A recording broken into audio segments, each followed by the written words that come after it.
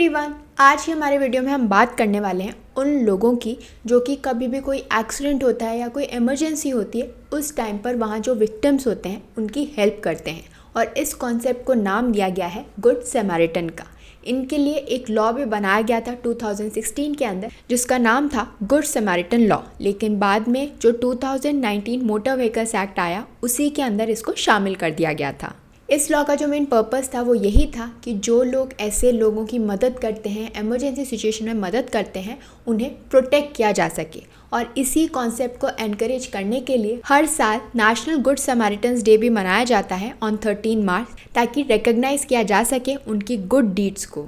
अब आप लोग सोच रहे होंगे कि आखिर इस स्पेसिफिक लॉ की ज़रूरत क्या है, उन्हें किस चीज़ का प्रोटेक्शन चाहिए। तो सबसे पहले तो मैं बता दूं कि जो हमारा मोटर व्हीकल एक्सीडेंट्स होते हैं या कोई भी और इमरजेंसी सिचुएशन होती है, उस समय जब भी एक्सीडेंट होता है तो जो भी नियर बाय पर्सन होता है, कोई बाय स्टैंडर होता है, वो बहुत ही इंपॉर्टेंट रोल प्ले करता है कि उन लोगों को जो विक्टिम्स हैं उन्हें इमीडिएटली रेस्क्यू किया जा सके, इमीडिएटली मेडिकल हेल्प प्रोवाइड की जा सके। तो हम ये कह सकते हैं जो बाय स्टैंडर्ड्स हैं या फिर जो वहाँ पर लोग मौजूद हैं, अगर वो हेल्प करते हैं विक्टिम की, तो ये जो है काफ़ी ज़्यादा इंक्रीज़ कर देते हैं the chances of survival of a victim. यानी विक्टिम के बचने के जो चांसेस हैं वो काफ़ी बढ़ जाते हैं in the first hour of the injury, जिसे हम गोल्डन आवर भी कहते हैं। और इसी हेल्प को इंश्योर करने के लिए जो लेजिस्लेचर है उन्होंने इस लॉ को इनेक्ट किया, क्योंकि कोई भी पर्सन किसी को हेल्प तब करेगा जब उसे इस बात का फेयर नहीं है कि उस पर कोई ऑब्लिगेशन आएगा या उसका किसी भी तरीके का हैरेसमेंट होगा।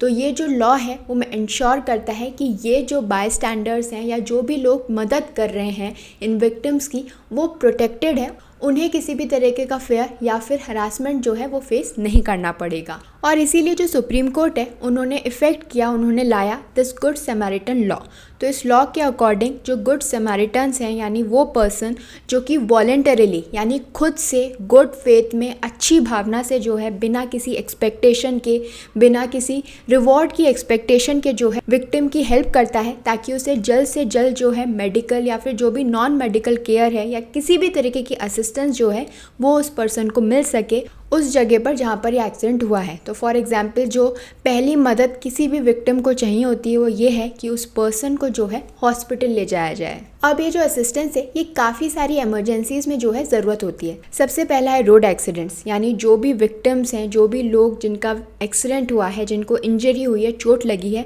उनको इमीडिएट हेल्प मिल सके। सेकेंड है मेडिकल इमरजेंसी, तो अगर किसी को चोट लगी है या फिर किसी को फर्स्ट एड की ज़रूरत है तो उस पर्सन को वो मेडिकल फैसिलिटी जो है प्रोवाइड की जाए। और भी बहुत सारे क्रिटिकल सिचुएशंस होते हैं, जैसे कि किसी पर्सन को नेचुरल डिजास्टर्स के टाइम पे जो है हेल्प करना, अगर कहीं आग लग गई है या फिर कोई भी ऐसी सिचुएशन है जहाँ पर उस पर्सन की लाइफ को थ्रेट है, तो उस केस में अगर कोई भी पर्सन जो है उस विक्टिम की हेल्प कर रहा है, वहाँ से उस सिचुएशन से निकालने में मदद कर रहा है, तो इन सिचुएशंस को जो है ये लॉ कवर करेगा। अब ये जो प्रोटेक्शन जिसकी मैं बात कर रही हूँ जो कि समैरिटन्स को मिलता है वो एब्सोल्यूट नहीं होता, कुछ कंडीशंस होती हैं, उन्हीं कंडीशंस के अंदर ये जो प्रोटेक्शन है उन्हें अवेलेबल होता है। तो जो पहली कंडीशन है वो ये है कि जो हेल्प वो प्रोवाइड कर रहा है वो गुड फेथ में होनी चाहिए, कोई भी मैलिशियस इंटेंशन नहीं है या कोई और उनकी एक्सपेक्टेशंस नहीं है रिवॉर्ड की कि मैं मदद करूँगा तो इसके बदले में मुझे क्या मिलेगा। तो कोई भी पर्सन जो गुड फेथ में हेल्प कर रहा है, अच्छे इंटेंशन से हेल्प कर रहा है कि ओके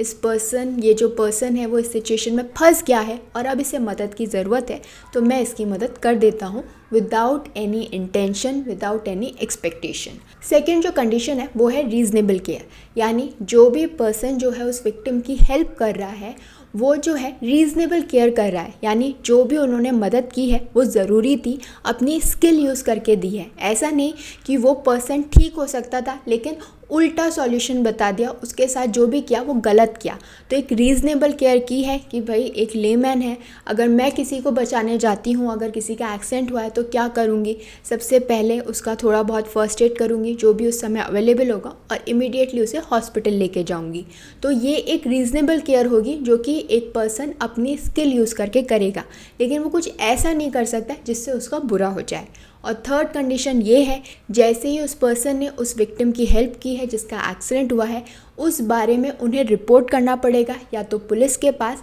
या फिर जहाँ भी वो हॉस्पिटल में लेके गए हैं उनके पास। तो इमीडिएटली इस तरीके की जो रिपोर्टिंग है वो ज़रूरी है। तो जो गुड समैरिटन है उसे रिपोर्ट करना पड़ेगा उस इंसिडेंट के बारे में to the nearest police station और medical facility as soon as possible. तो ये तो वो कंडीशंस हो गई जहाँ पर जो गुड समैरिटन्स हैं उन्हें प्रोटेक्ट किया जाएगा जब वो हेल्प कर रहे हैं। लेकिन इसके अंदर भी कुछ एक्सेप्शंस हैं, जिसमें कि पहला एक्सेप्शन ये है कि जो भी हेल्प उन्होंने प्रोवाइड की है वो नेग्लिजेंट नहीं होनी चाहिए, वो रेकलेस नहीं होनी चाहिए। यानी ऐसा नहीं है कि किसी पर्सन ने मदद तो की मगर वो ऐसी मदद की जिससे उस विक्टिम का और बुरा हो गया, उस पर्सन का और बुरा हो गया, या फिर कुछ ऐसा फर्स्ट एड दिया जिससे और गलती हो गई। तो ठीक है, मदद की, लेकिन वो नेग्लिजेंट नहीं होनी चाहिए। सेकेंड एक्सेप्शन ये है कि जो भी वो हेल्प प्रोवाइड कर रहे हैं वो किसी भी पर्सनल इंटरेस्ट से मोटिवेटेड नहीं होनी चाहिए। यानी वो इसलिए हेल्प नहीं कर रहे हैं कि उनका कोई इंटरेस्ट जुड़ा हुआ है या इसके अगेंस्ट में उन्हें कुछ गेन होने वाला है।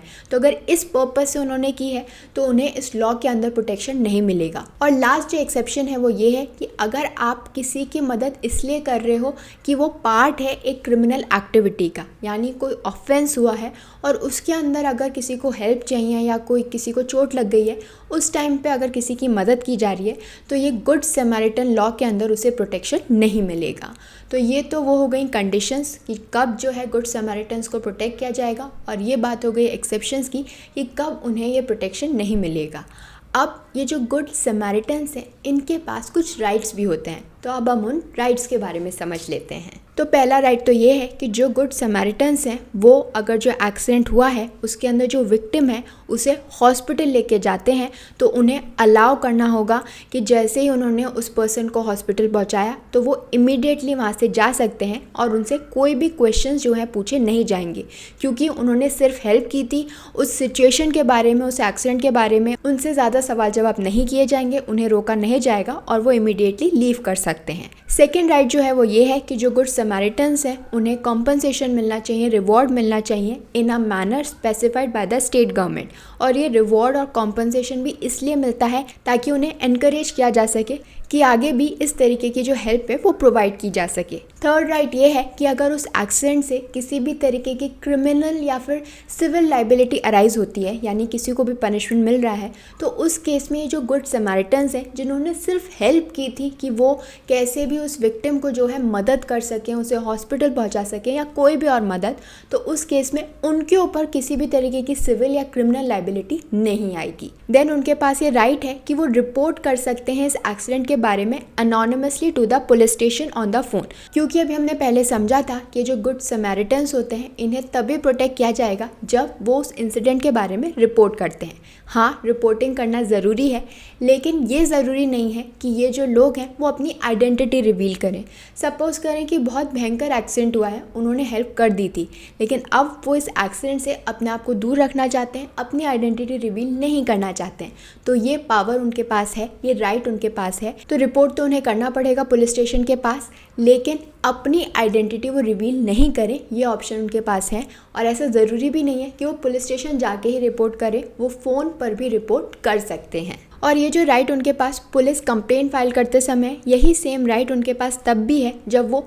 मेडिको लीगल फॉर्म जो है वो फिल कर रहे हैं इन द हॉस्पिटल्स। तो वहाँ पर भी ये उनकी मर्ज़ी है कि वो अपनी डिटेल्स प्रोवाइड नहीं करेंगे, वो सिर्फ ये कहेंगे कि ये पर्सन है, ये मुझे मिला था, इनका एक्सीडेंट हुआ है और इनको इमीडिएट जो है रिलीफ प्रोवाइड की जाए। तो जब भी वो मेडिको लीगल फॉर्म फिल कर रहे हैं वो ये चूज़ कर सकते हैं कि वो अपनी डिटेल्स प्रोवाइड करें या ना करें। और उन केसेस में जहाँ पर जो गुड समैरिटन है अगर वो अग्री कर जाते हैं to be a witness in the case, तो सपोज़ करिए कोई एक्सीडेंट हुआ था, जिस एक्सीडेंट को उन्होंने देखा था वो विटनेस है, तो पहले तो उन पर दबाव नहीं डाला जा सकता कि वो विटनेस बने। लेकिन अगर वो अग्री कर जाते हैं कि ठीक है वो विटनेस बनेंगे, तो उस केस में उनकी ज़रूरत पड़ेगी for investigation by the police और उनका एग्जामिनेशन भी होगा, लेकिन ये एक ही बार होगा। और उसके बाद जो पुलिस है वो उन्हें हरास नहीं कर सकती, इंटिमिडेट नहीं कर सकती। तो जो स्टेट गवर्नमेंट है ये उनकी ड्यूटी है इंश्योर करना कि अप्रोप्रिएट मेथड से जो है उनका जो भी इन्वेस्टिगेशन है या जो भी उनसे क्वेश्चन आंसर्स हैं वो करे जाए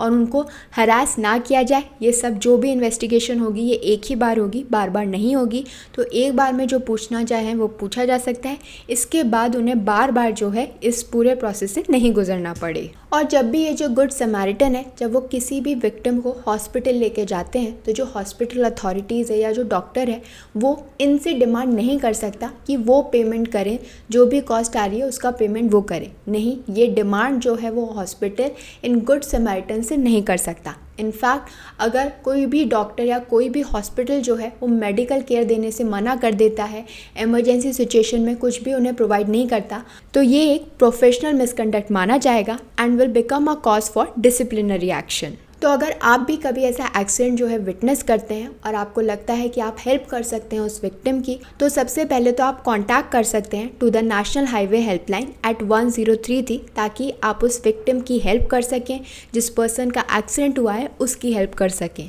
इसके अलावा आप रिपोर्ट कर सकते हैं उस एक्सीडेंट के बारे में ऑन द सुखाड़ यात्रा app of the ministry of road transport and highways. So this was all about the Good Samaritan law. I hope this information was helpful to all of you. Thank you for watching this video. Don't forget to follow Nyay and do join us again for more of India's Laws Explained.